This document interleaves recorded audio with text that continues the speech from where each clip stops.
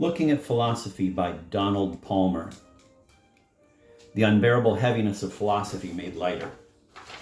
Forward. Wittgenstein once said that a whole philosophy book could be written consisting of nothing but jokes. This is not that book. Nor does this book treat the history of philosophy as a joke. This book takes philosophy seriously, but not gravely. As the subtitle indicates, the goal of the book is to lighten the load a bit. How to do this without simply throwing the cargo overboard? First, by presenting an overview of Western philosophy from the 6th century BC to the middle of the 20th century in a way that introduces the central philosophical ideas of the West and their evolution in a concise, readable format without trivializing them, but at the same time without pretending to have exhausted them nor to have plumbed their depths. Secondly, following a time-honored medieval tradition by illuminating the margins of the text. Some of these illuminations, namely those which attempt to schematize difficult ideas, I hope will be literally illuminating. Most of them, however, are simply attempts in a lighter vein to interrupt the natural propensity of the philosophers to succumb to the pull of gravity. Nietzsche said that only the grave lay in that direction. But even these philosophical jokes, I hope, have a pedagogical function. They should serve to help the reader to retain the ideas which are thereby gently mocked. 20 years of teaching the subject which I love and which has provoked more than a few laughs on the part of my students convinces me that this technique should work. I do not claim to have achieved Nietzsche's joyful wisdom, but I agree with him that there is such a thing and that we should strive for it. Before turning you over to Thales and his metaphysical water, the first truly heavy water, I want to say a word about the women and their absence. Why are there no women in a book of this nature? There are a number of possible explanations, including these. Number one, women really are deficient in the capacity for sublimation, hence are incapable of participating in higher culture, as Schopenhauer and Freud suggested. Two, women have in fact contributed greatly to the history of philosophy, but their contributions have been denied or suppressed by the chauvinistic male writers of the histories of philosophy. Three, women have been, intentionally or unintentionally, systematically eliminated from the history of philosophy by political, social, religious, and psychological manipulations of power by a deeply entrenched, jealous, and fearful patriarchy.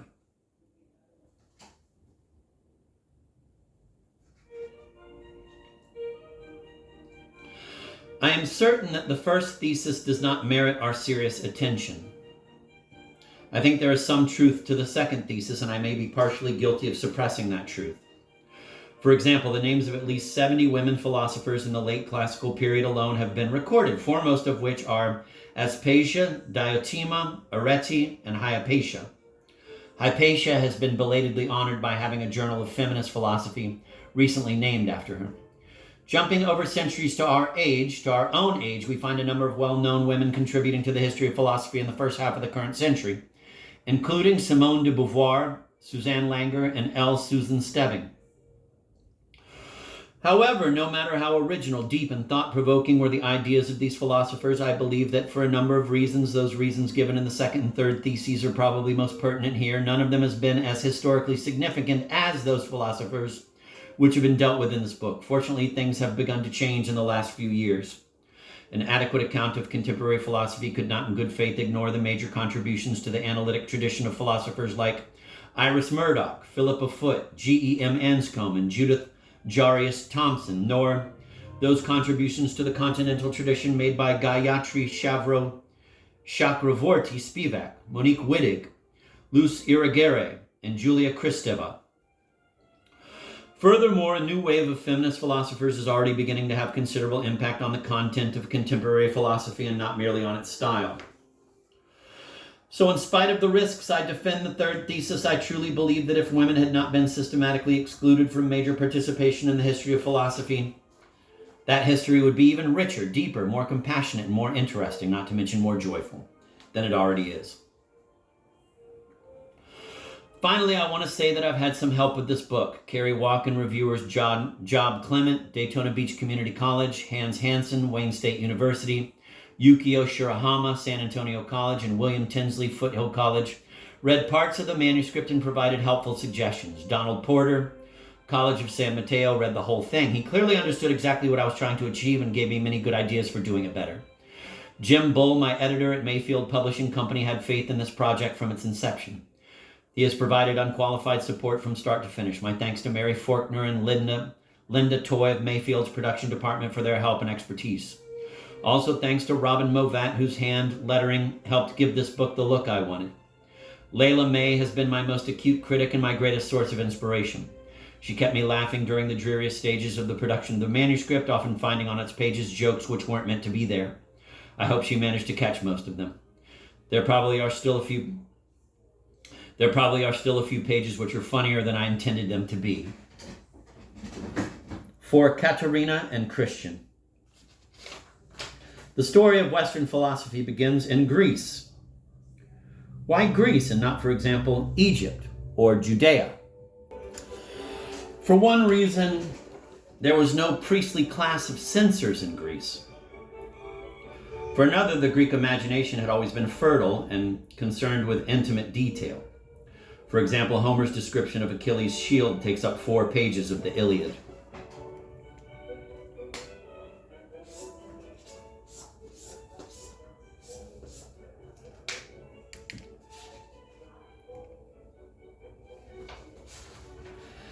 Furthermore, the Greeks were particularly aware of change, of the war of the opposites, summer to winter, hot to cold, light to dark, and that most dramatic change of all, life to death. Indeed, this sensitivity to the transitory nature of all things sometimes led the Greeks to pessimism. The poet Simonides wrote, "Generations of men fall like the leaves of the forest." But it also led them to demand an explanation. Number 1, the pre-Socratic philosophers. The first dispassionate attempt at such an explanation was carried out by Thales of Miletus, circa 580 BC, who was recognized by all as the first true philosopher.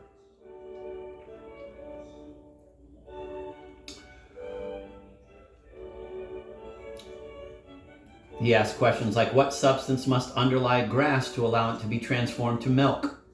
If there is change, there must be some thing which changes, yet does not change. Thales was familiar with the 4 elements, air, fire, water, and earth.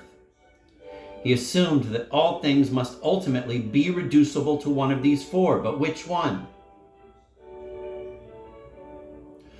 Of all the elements, water is the most obvious in its transformations. Rivers turn into deltas, water turns into ice, then back into water, which in turn can be changed into steam, which becomes air, and air in the form of wind fans fire. Then water it is. All things are composed of water. This obviously false conclusion is valued today not for its content, but for its form. It is not a great leap between the claim all things are composed of water and the claim all things are composed of atoms. And for the presupposition behind it, that there is an ultimate stuff behind appearances which explains change while remaining itself unchanged.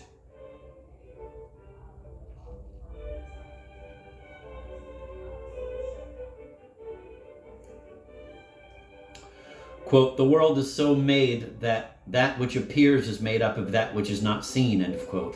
And that's by St. Augustine. Still, not all of Thales' contemporaries accepted his formulation. Anaximander, circa 610 to circa 546, for one said, if all things were water, then long ago everything would have returned to water.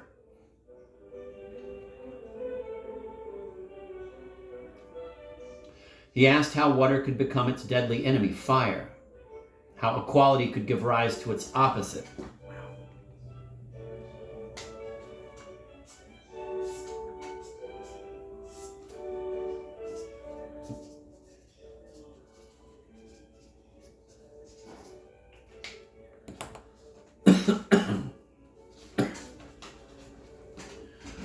No, for Anaximander, the ultimate stuff behind the 4 elements could not itself be one of the elements. It would have to be an unobservable, unspecific, indeterminate something or other, which he called, quote, the unlimited, end of quote.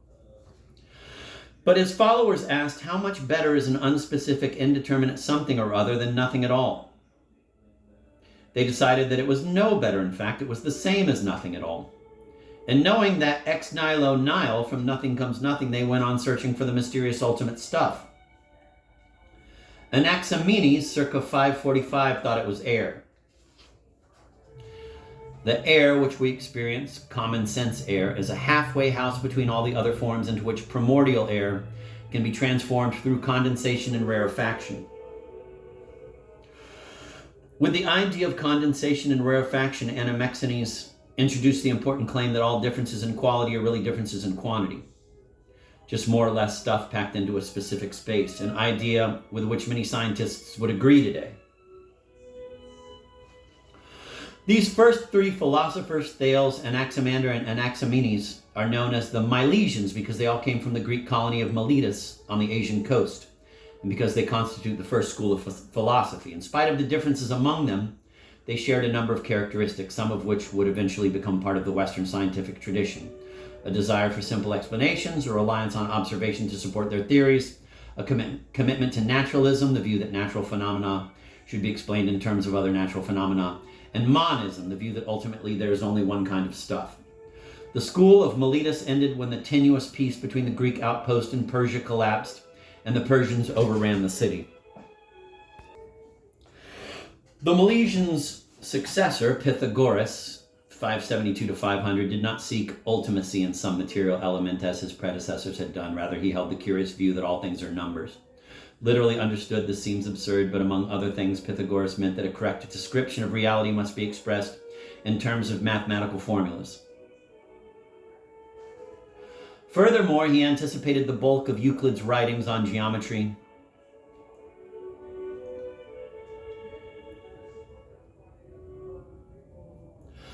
and discovered the ratios of concord between musical sound and number. From this, he deduced a mathematical harmony throughout the universe, a view which led to the doctrine of the music of the spheres.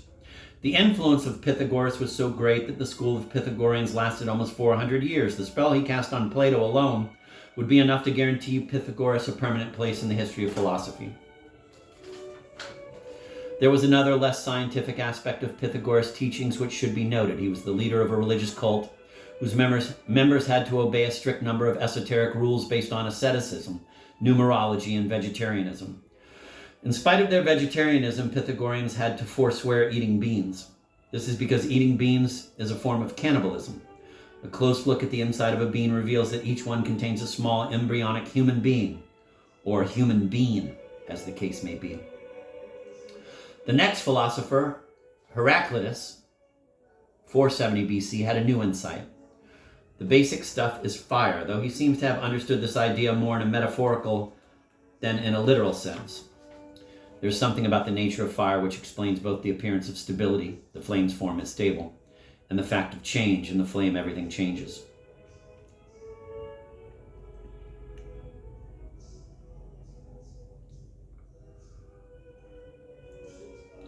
And the fact of change, in the flame everything changes. Heraclitus drew some... I'm going to reread that. There is something about the nature of fire which explains both the appearance of stability, the flame's form is stable, and the fact of change, in the flame everything changes. Heraclitus drew some striking conclusions from this insight. Reality is composed not of a number of things, but of a process of continual creation and destruction. War is king.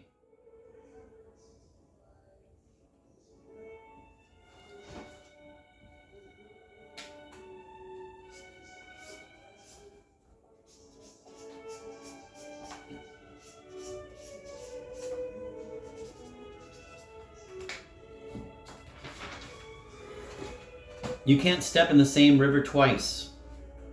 Everything changes but change itself. Heraclitus was called the Dark One. His ideas were interpreted pessimistically. They create more than merely a philosophy. They constitute a mood, almost a worldview of nostalgia and loss. You can't go home again. Your childhood is lost. The friends of your youth are gone. Your present is slipping away from you. Nothing is ever the same. Nevertheless, there was something positive in the Heraclitean philosophy. There existed an unobservable logos, a logic governing change which made change a rational phenomenon rather than the chaotic, arbitrary one it appeared to be. This logos doctrine deeply impressed Plato and eventually became the basis of the notion of natural law. Heraclitus' successor, Parmenides, 515 to 440, went a step further than his predecessor. In effect, he said that you can't step in the same river once.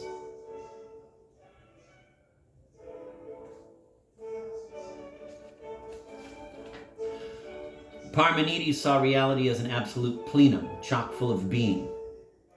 His central thesis was simple: being is, not being is not. Being is uncreated, indestructible, eternal, indivisible, and equally real in all directions. Being has no holes, no vacuum, because if being is, there can't be any place where being is not. From this it follows that motion is impossible, because motion would involve being going from where being is to where being isn't. But there can't be any such place as the place where being isn't. In a series of famous paradoxes, Parmenides' disciple, the sly old fox Zeno of Elea, circa 490, proved the impossibility of motion using a method known as reductio ad absurdum. In this form of argumentation, you begin by accepting your opponent's premises and you demonstrate that they lead logically to an absurdity or a contradiction. Zeno argued that even granting motion, one could never arrive anywhere, not even to such a simple goal as a door. Before you can get to the door, you must go halfway, but before you can go halfway, you must go halfway of the remaining halfway. But before you can do that, you must go halfway of halfway. But before you can go halfway, you must go halfway. When does this argument end? Never. It goes on to infinity. Therefore, motion would be impossible even if it were possible. In yet another of his paradoxes, Zeno demonstrated that in a race between Achilles and a tortoise, if Achilles gave the tortoise a head start, as would only be fair, the swift runner could never overtake the lumbering reptile. This is because before Achilles can pass the tortoise, he must arrive at the point where the tortoise used to be. But given the hypothesis of motion, the tortoise will never still be there. He will have moved on. This will forever be the case. When Achilles arrives at a point where the tortoise was, the tortoise will have progressed. Achilles can never catch him. Parmenides and Zeno caused a crisis in Greek philosophy. First, they forced the distinction between information based on the five senses and that based on pure reason, a distinction which will later develop into two schools of philosophy, empiricism and rationalism. Second, they forced a reevaluation of the monistic presupposition accepted by all Greeks heretofore, namely the view that reality is composed of one thing, because thinkers came to realize that such a view led directly to Parmenides' untenable conclusions. Is reality one thing, or many? The next group of philosophers are known as pluralists, precisely because they believe that ultimately reality is composed of a plurality of things rather than of only one kind of thing. The first of this group was Empedocles, circa 440, who believed that everything was composed of the simplest parts of the four elements: fire, air, earth, and water. He called these elements the four roots.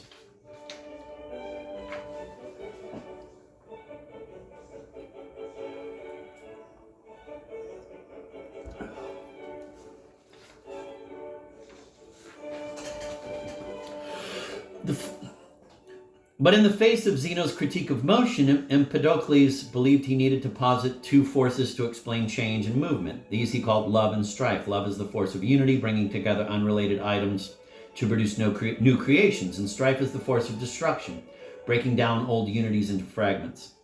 Empedocles' theory was later to be accepted by Freud, who named the two forces Eros and Thanatos, the life instinct and the death instinct. Freud agreed with Empedocles that these forces form the bases of all organic matter. The first theory of evolution developed out of Empedocles' system. Love brings together certain kinds of monsters. Many heads grew up without necks, and arms were wandering about naked, bereft of shoulders, and eyes roamed about alone with no foreheads. And those that could survive did survive. Aristotle later criticized this view as leaving too much to chance.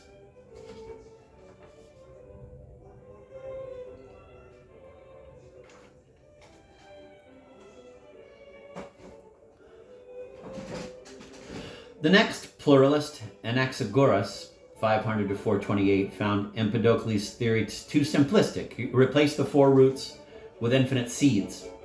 Each of these seeds is something like an element in today's chemistry, so in some ways this all sounds very modern. Every object in the world contains seeds of all elements, and in each object the seeds of one element predominate. In all things there is a portion of everything, for how could hair come from what is not hair, or flesh from what is not flesh? Anaxagoras replaced Empedocles' all too mythical figures of love and strife with one force, a mental one, which he called nous, or mind. This means that the universe is organized according to an intelligent, rational order. Anaxagoras Nous is almost like a god who creates objects out of the seeds or elements. Therefore, this view was still too mythical for Anaxagoras' successors, a group of philosophers led by Leucippus, circa 460, and Democritus, 460 to 370, known as the Atomists. They saw the world as composed of material bodies, which themselves were composed of groups of atoms. The Greek word for atomos means indivisible, that which cannot be split.